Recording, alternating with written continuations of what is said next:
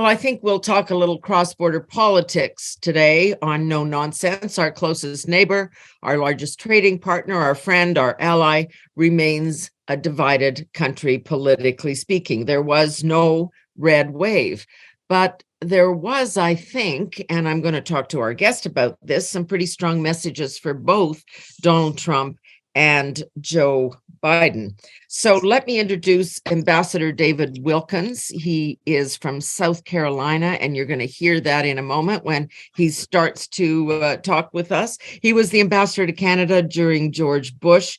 He practiced law for 30 years. He served in the South Carolina House of Representatives. He was the speaker, and he chairs the public policy and international law practice at his law firm and does a lot of cross-border work. Ambassador Wilkins, it is so lovely to see you. Great being with you, Senator. Thank you very much. So it's great. Wonderful to see you again. We are going to talk a little politics. So there's still a lot of outstanding races and votes and tallying, but the one thing that we do know is there was no red wave. The last three midterms, the party in power got to, and I think I'm using Barack Obama's words here, got a shellacking. There was no shellacking. You're exactly right. I think usually midterms are a referendum on the president and his administration, and all points indicated that this would be more the same. Usually the party in power loses on average 27 House seats. Yeah. All the pundits were predicting, including myself, a Republican pickup of some 20 to 35. And it just didn't happen. The red wave wasn't even a red ripple, it was probably a red trickle. So what I want to try and focus in on a little bit, because you've been in politics almost your entire life, what happened here? Was it issues like the abortion issue, which really galvanized, I think, Democratic voters? A lot of the things that I've been listening to for the last couple of days, and this is coming from Republicans too, are putting the blame on Donald Trump. He picked some and backed some more extreme candidates. Everywhere he went, he talked about himself and stole the show a little bit about musing about his own plans. What do you think went on? Well, I'll tell you what, I think that's exactly that question is going to be asked and answered time and time again over the next several months. There's got to be a lot of soul searching by the Republican Party. It was ours to win big. Everything was set. I mean, if you just think about it, inflation was at its highest levels. Crime is up. Biden's approval rating was anywhere from 42% to 46%. So he was underwater in his ratings. You had just all kind of issues going against the current administration. And I think we had the right issues. We were talking about inflation. We were talking about the economy, talking about having to reduce gas prices, crime. I do think the abortion issue galvanized Democrats and probably turned out their vote more on a higher level. But this midterm had some of the highest, if not the highest, turnout we've had. So it wasn't that people stayed home. It's just that we didn't get as many votes from the independents probably that we anticipated. And so there'll be a lot of finger pointing. Did we pick the wrong candidate for a couple of primaries? Well, the people get to pick them, we don't. But in looking back on it, you would think a couple of our candidates could have been stronger in some races that had the person they defeated won. They might have had a better chance, but there's going to be a lot of, I think, soul search. I think in the end, there was a lot of reason to vote against Democrats. Perhaps the Republican Party didn't give enough reasons to vote for them, for the Republican candidate. Yeah.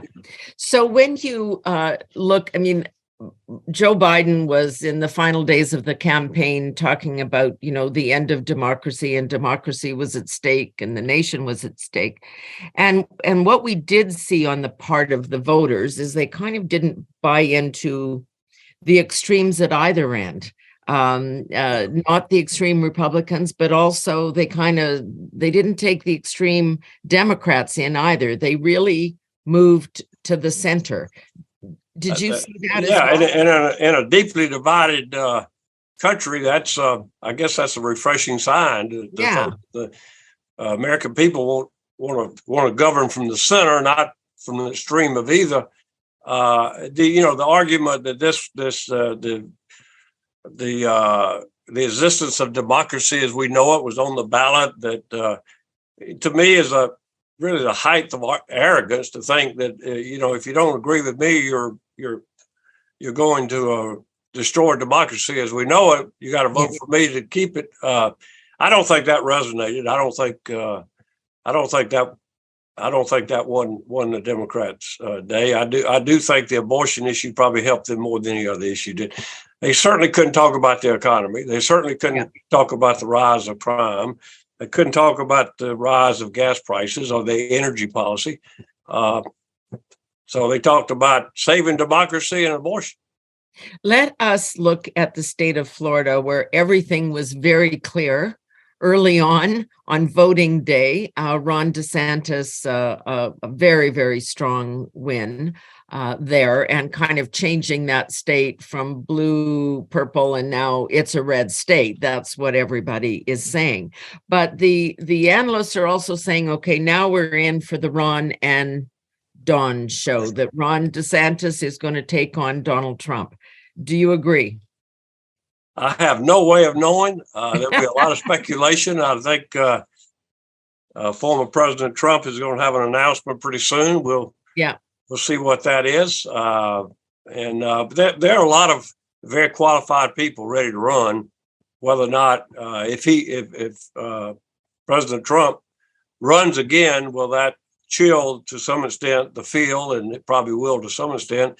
It remains, but you've got besides Governor DeSantis, you've got a number of well-qualified people who would like to run. I mean, most probably two are from my home state, and Ambassador Nikki Haley and Senator Scott have both expressed interest in doing that. Certainly haven't declared. I think the next 6 months going to be pretty interesting in my country. But it does seem to suggest to those of us looking in from the outside that Donald Trump does not have the actual hold on the party that he had, of course, when he was president, and even in the time afterwards, that people are going to look at these results and say, okay, you didn't deliver. So now it's an open game that we're at least. I don't think this election was all about Donald Trump. I think it was more about Joe Biden. But I do think that the outcome probably does not enhance the opportunity for a former president. But he still has a strong following in the Republican Party. Yep. But I certainly don't think it's to the point that he is going to be to freeze everybody out. There will be others running for the position and in the primary, and we'll just have to wait and see. When he first ran, there were 16 Republican candidates declared for the presidency. Yeah, There'll be that many if Donald Trump runs again? Probably not. If he doesn't run again, it could be that many. We'll see. Yeah, that was a big lineup. We kind of forget that, don't we? Yeah. All those people across the stage there. So Joe Biden, and is this the message to him that he's okay?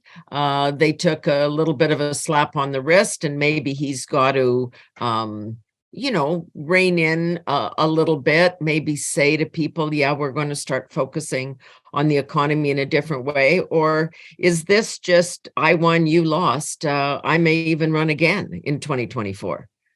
I think it encourages him to run again, quite frankly. It's hard to tell, and I'm certainly not in a position to know. I do know when he was first elected 2 years ago, people thought he would govern from the center, and he did exactly the opposite. He immediately moved to the left further than he did when he was in the Senate. So is this going to make him move back to the center? I would like to think it would, but I'm not hopeful. I'm not optimistic that it will. I think it'll be more the same. It seemed like in the last 6 months, he sided more with the liberal part of his party than the more centric part. So we'll have to see. I mean, you've got, 81% of polls were showing just a few days ago, 81% of Americans do not feel or thought our country was headed in the wrong direction. Yeah. That probably hasn't changed. It's just, for whatever reason, Republican candidates did not give the American people a reason to vote for them as much as I thought we would. Yeah, it is puzzling because, as you say, this was kind of yours for the taking in the sense of where the public mood was, but the message seems to be different, which is I'm not sure we like either of you guys that much. Yes. And so bring it back to the middle, get some stuff done. We're all hurting. It costs too much to eat. It costs too much to fill up our car. So stop fighting and get on with what you're paid to do. Well, that's a pretty good message. We all need to pay attention to that. Yeah. But do you think that's it? Is that how you interpret the public's response, the voters? Well, again, I thought the Republicans would do better. I do think you can't discount the fact that they did flip the House, and now that you don't have a Democratic House, Senate, and presidency. You may not have a Democratic Senate. So there were some gains. It just wasn't it wasn't with the volume that we all anticipated. Yeah. It wasn't the wave we anticipated. And I think there's got to be a lot of soul searching by both parties, but particularly Republicans there was a very lofty goal. And obviously we didn't meet that mark. Yeah. So what does this mean for those of us who live next door, do business with you on a regular basis, have some very big global issues that we're wrestling? You've spent a lot of time in Canada and do some work here. What's your sense of what this means and what's the message for us? Well, first of all, the message is we're still a deeply divided electorate. Yeah. It's very similar to 2 years ago. Very, very close divide. There's not much change in the House.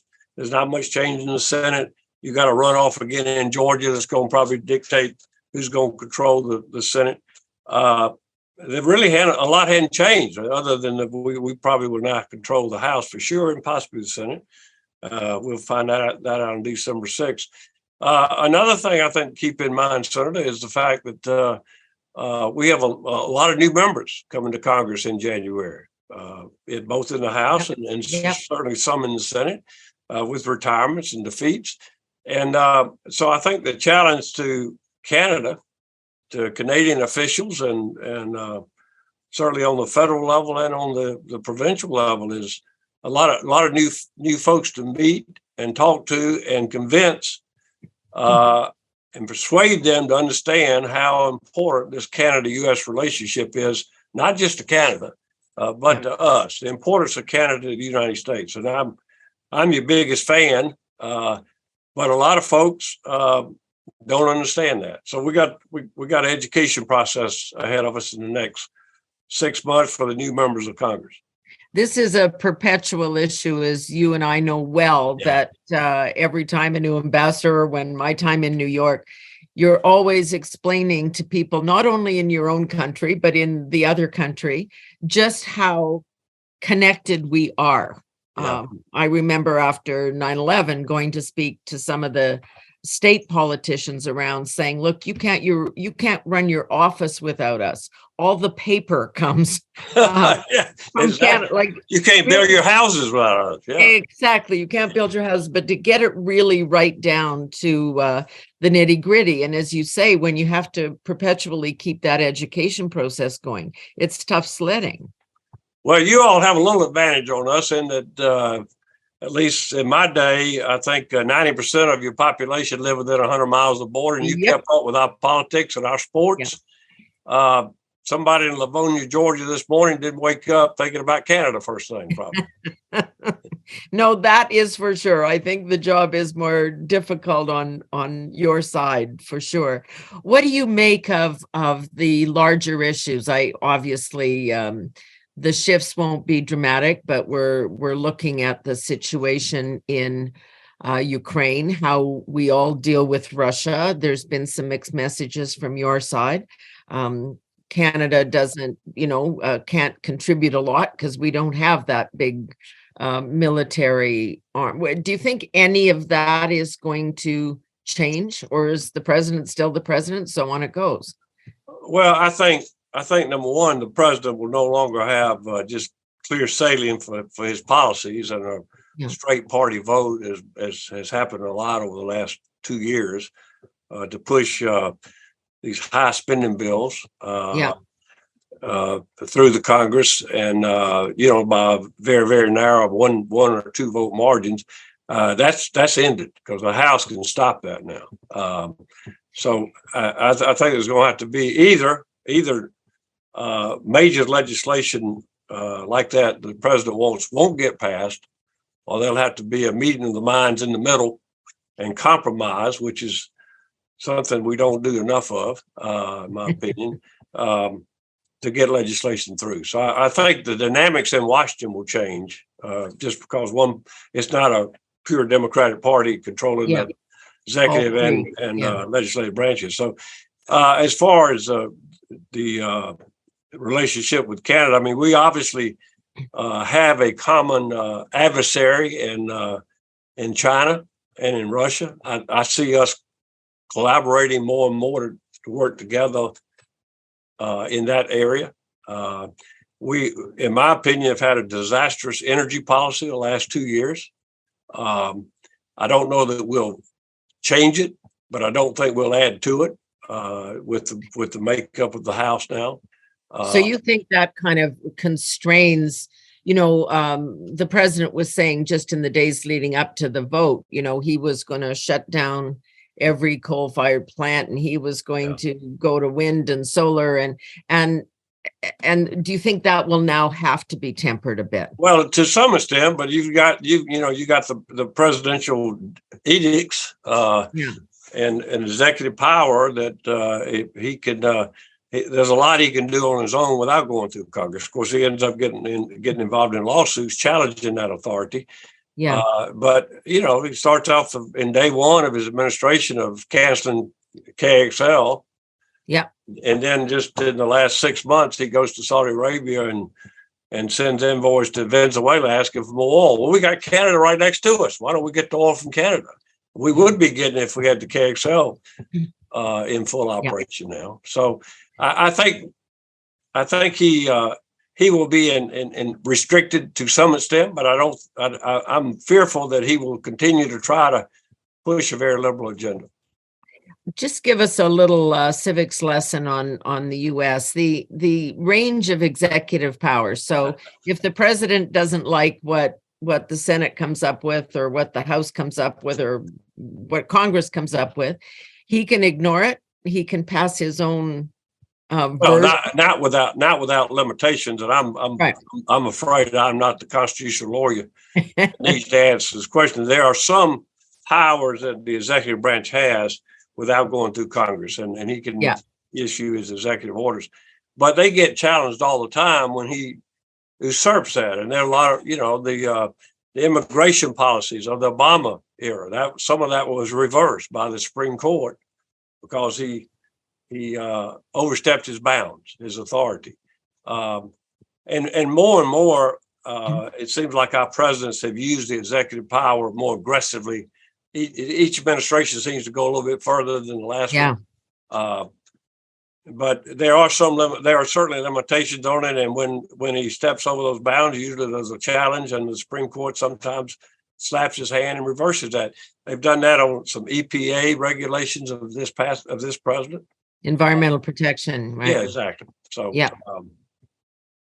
it's not wide open, but this president's been pretty liberal in his use of executive powers. Mm-hmm. And then control of the committees becomes very important on the House side, because then everybody is saying there's going to be some tit for tat stuff that if you've had 5 or 6 years of investigations into Donald Trump, you're now going to see them into Hunter Biden. That there's going to be assuming the Republicans take over the House, have a majority, elect Representative McCarthy as the speaker. Then they'll have control of the committees. Each chairman will be a Republican. It would not surprise me to see those type of investigations going on. Yeah. Well, interesting politics always stateside. I'm fascinated by it, and most Canadians are, because it's important what you do. It impacts us every single day. So just you're keeping us on our toes. So thanks.